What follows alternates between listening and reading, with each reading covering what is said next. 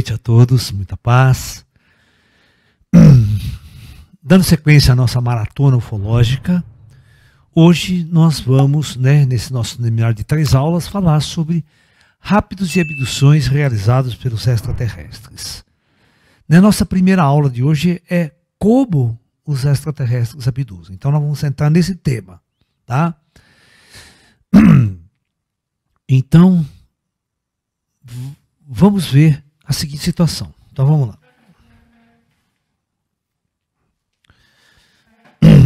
A abdução, dentro da classificação ufológica, ela é considerada um contato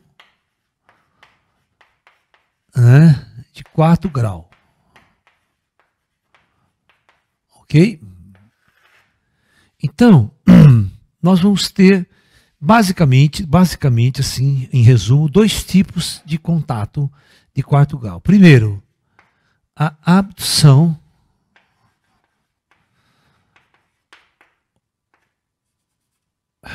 involuntária.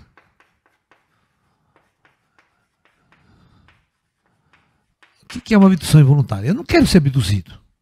Sou uma pessoa comum, estou na minha vida normal. Isso para mim vai ser altamente traumatizante e tal. No entanto, essa abdução involuntária acontece. Os extraterrestres vão abduzir a pessoa contra sua vontade. É um rapto.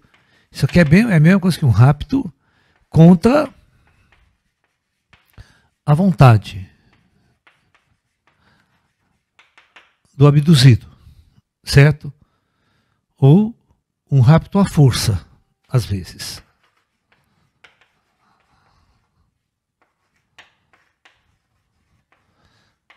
Esse a força tem crase? Não tem, né? Então tá. Rapto tem a 6, não tem? Ou não tem mais? Caiu. Caiu também? Oh, meu Deus do céu. Então tá aí. A segunda forma de abdução é uma abdução voluntária.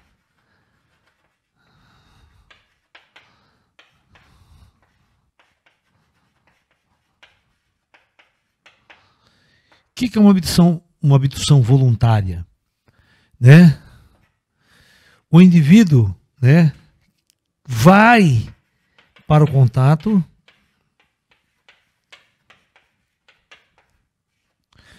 porque quer.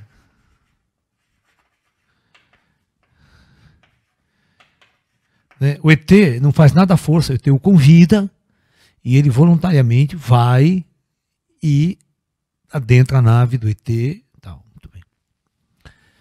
Essa abdução involuntária, essa abdução involuntária, praticamente 100% dela é feita pelos Greys.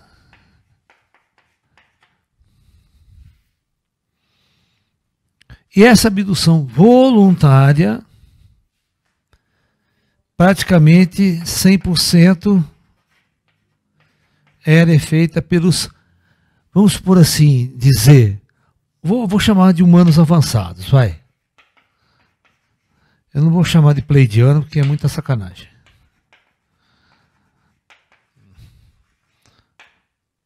Ok? Os humanos avançados. Tá? Bom, uma coisa importante nessas 2 abduções. Essa abdução aqui, realizada pelos Greys, na maioria das vezes, quase que 99%, as pessoas não se lembram da abdução.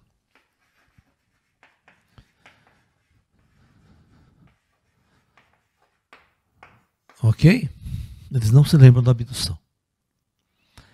E neste aqui,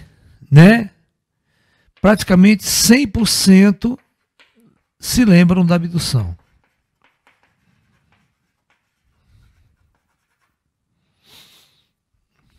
Tá?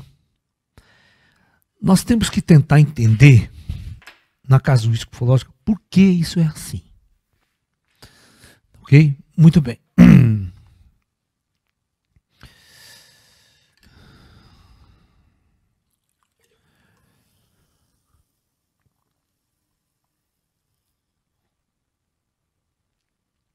Tem alguma pergunta, Ju?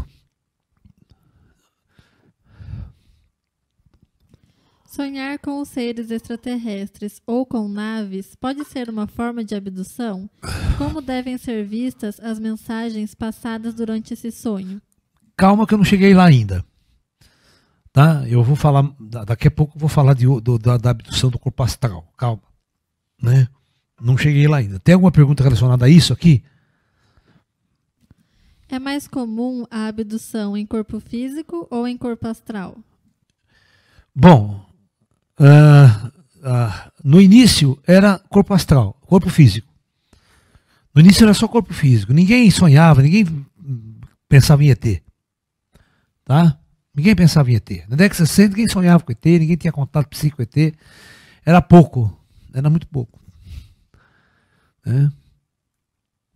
Só? Então vamos lá. Então, eu vou contar um caso, um dos casos mais famosos nos Estados Unidos. É a abdução de Barney e Betty Hill.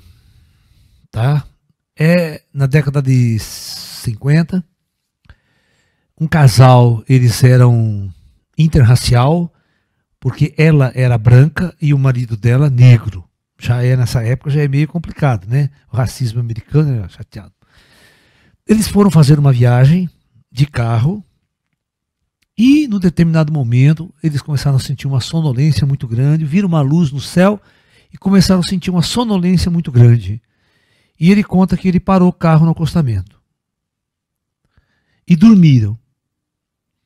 Ao acordar, tá, eles estavam a 150 quilômetros de distância do local onde ele tinha praticamente estacionado.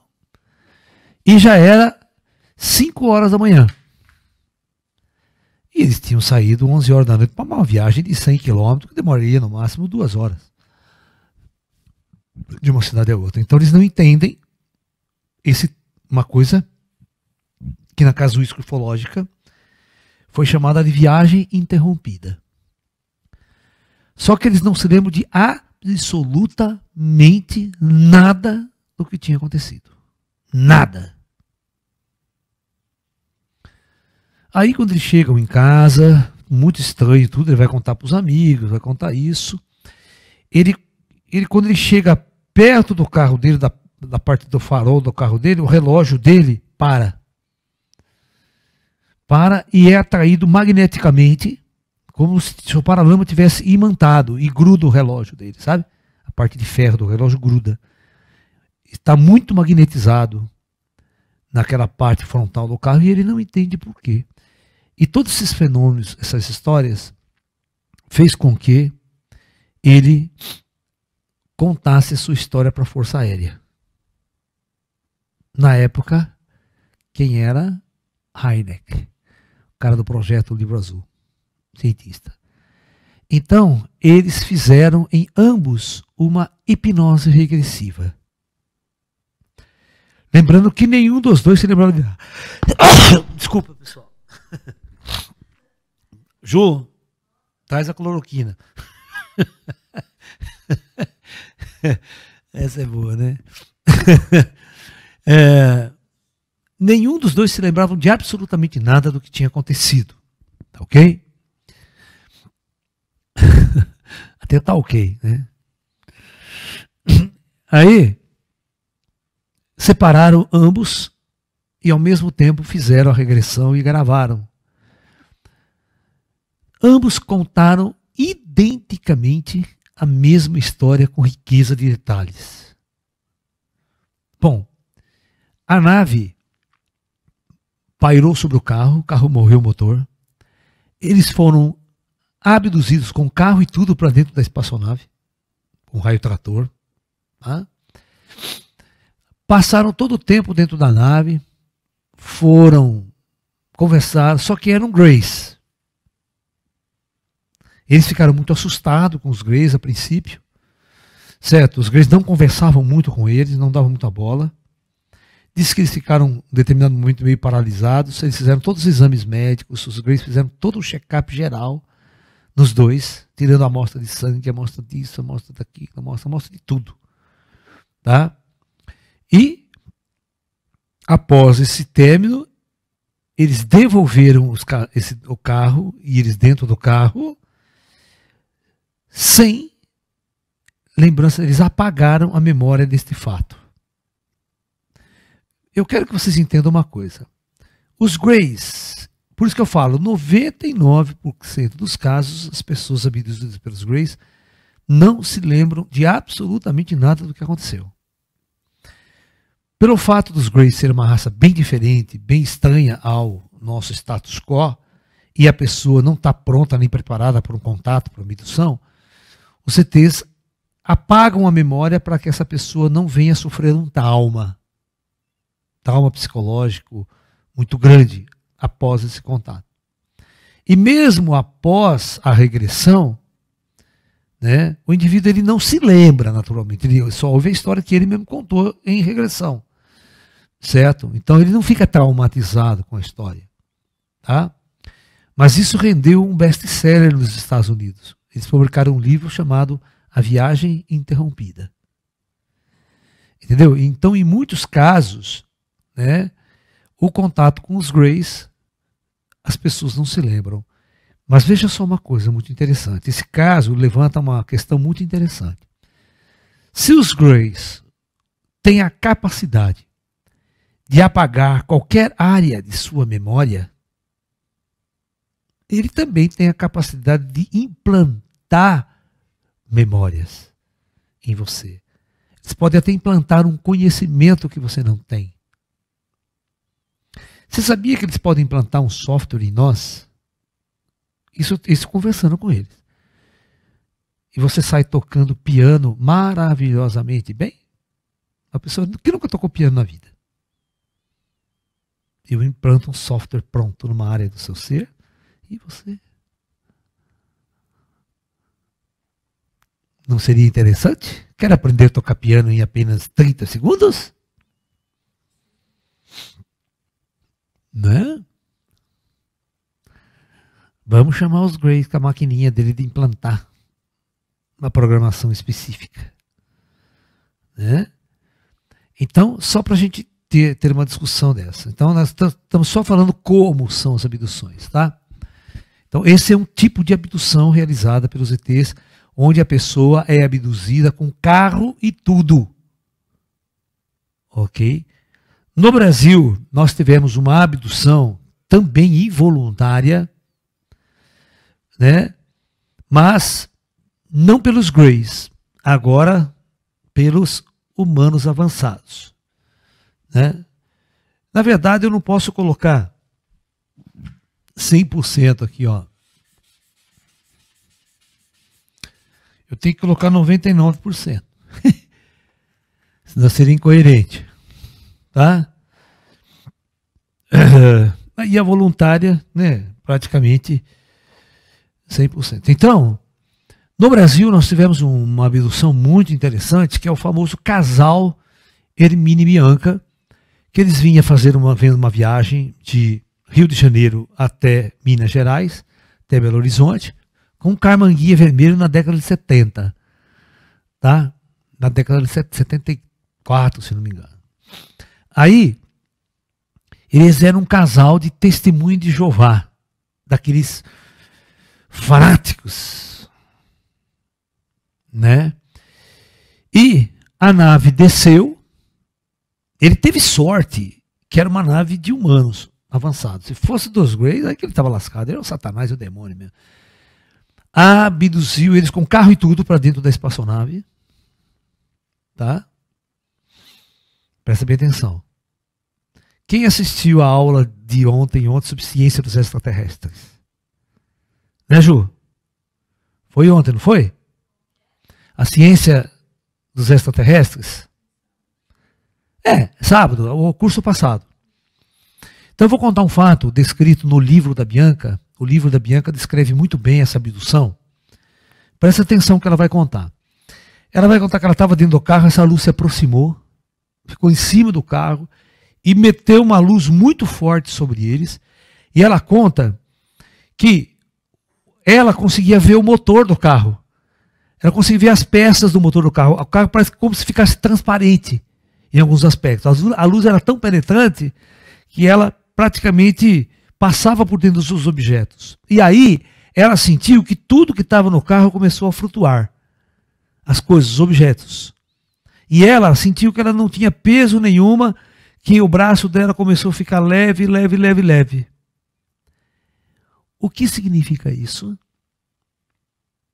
Uma tecnologia extremamente avançada de aquilo que nós sonhamos em fazer, a nossa ciência sonha em fazer, nós não faz. Que é anular o campo gravitacional. Ter a capacidade de manipular os campos gravitacionais, que seria um sistema avançado de navegação da nave dos discos voadores. Então, à medida que eles simplesmente, presta atenção, anulou o campo gravitacional, o carro não pesava absolutamente nada. Nem eles dentro do carro. Então, aí com um raio magnético muito simples, eles simplesmente levaram o carro para dentro da espaçonave. E olha o que ela vai descrever, presta atenção, isso é muito interessante. A hora que eles entram dentro da espaçonave, a íris fecha. Íris é uma parte de baixo da nave que se abriu, né, para o raio trator. A hora que eles vão manipular o raio, tudo cai. É como se eles dizem, mas tudo cai, mas ela diz que ela fica tão pesada, mas tão pesada, que ela não consegue nem levantar o braço. De tão pesada que ela está. Ou seja, na manipulação do raio trator, do campo gravitacional, primeiro ela anulou, o campo foi zero. A hora que ela foi voltar, a máquina deu uma oscilação e o campo, ao invés de ir já certinho para G, ficar um G, né, que é o nosso normal, foi para 2G, por exemplo. Oscilou. Então eles ficaram super pesados, não conseguiam se levantar. Até eles ajustarem e o campo fica normal. Praticamente desligar o campo, né? E a nave fica normal ali. Aí eles contam que veio um cara loiro, alto, bonito, daqueles tesão para valer, né? E simplesmente abriram a porta do carro e convidaram eles para sair. Eles estavam com muito medo de sair do carro, eles demoraram para sair do carro, até que eles saíram, mas o marido saiu com a Bíblia em riste, com a Bíblia na mão, senhor, na cara do ET, rezando, rezando, rezando, que ele era o Satanás para sumir da frente dele, que aquilo não existia, e o ET não entendia nada do que estava acontecendo, né? Coitado do ET, não fez curso aqui na Terra. Né? E a Bianca ficou mais calma, e a Bianca então pôde manter uma interação. A ideia, no começo, a Bianca não entendia uma só palavra que os ETs falavam. Falavam uma língua muito diferente que ela não entendia. Aí o que ele fez? Ela sentou, eles trouxeram um capacete, colocaram um capacete nela e um capacete nele, aí eles falavam e se entendiam mutuamente. Um tradutor universal. Tá? E aí ela vai contar toda a história. Aí a Bianca, o que ele pede, né, para fazer os exames na Bianca comum, de praxe, eles abduzem, mas faz um check-up total na pessoa. Eles levaram um maior susto quando eles foram examinar o cabelo da Bianca, né?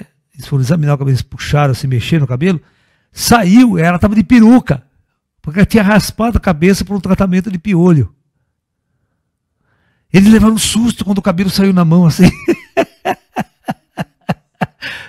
Pegadinha de ET, né? Aí ele falou, o que é isso? Tal. Ela deu risada, depois ela contou, não, isso aqui é uma peruca, não é meu cabelo verdadeiro. Tal. Olha as peripécias do extraterrestre. Aí ela conta no livro que eles batem um papo, respondem um monte de pergunta para ela, e o marido dela em choque, o tempo todo, com a Bíblia na mão. Diz que o marido dela só deu vexame dentro da espaçonave. Não aproveitou absolutamente um minuto do contato.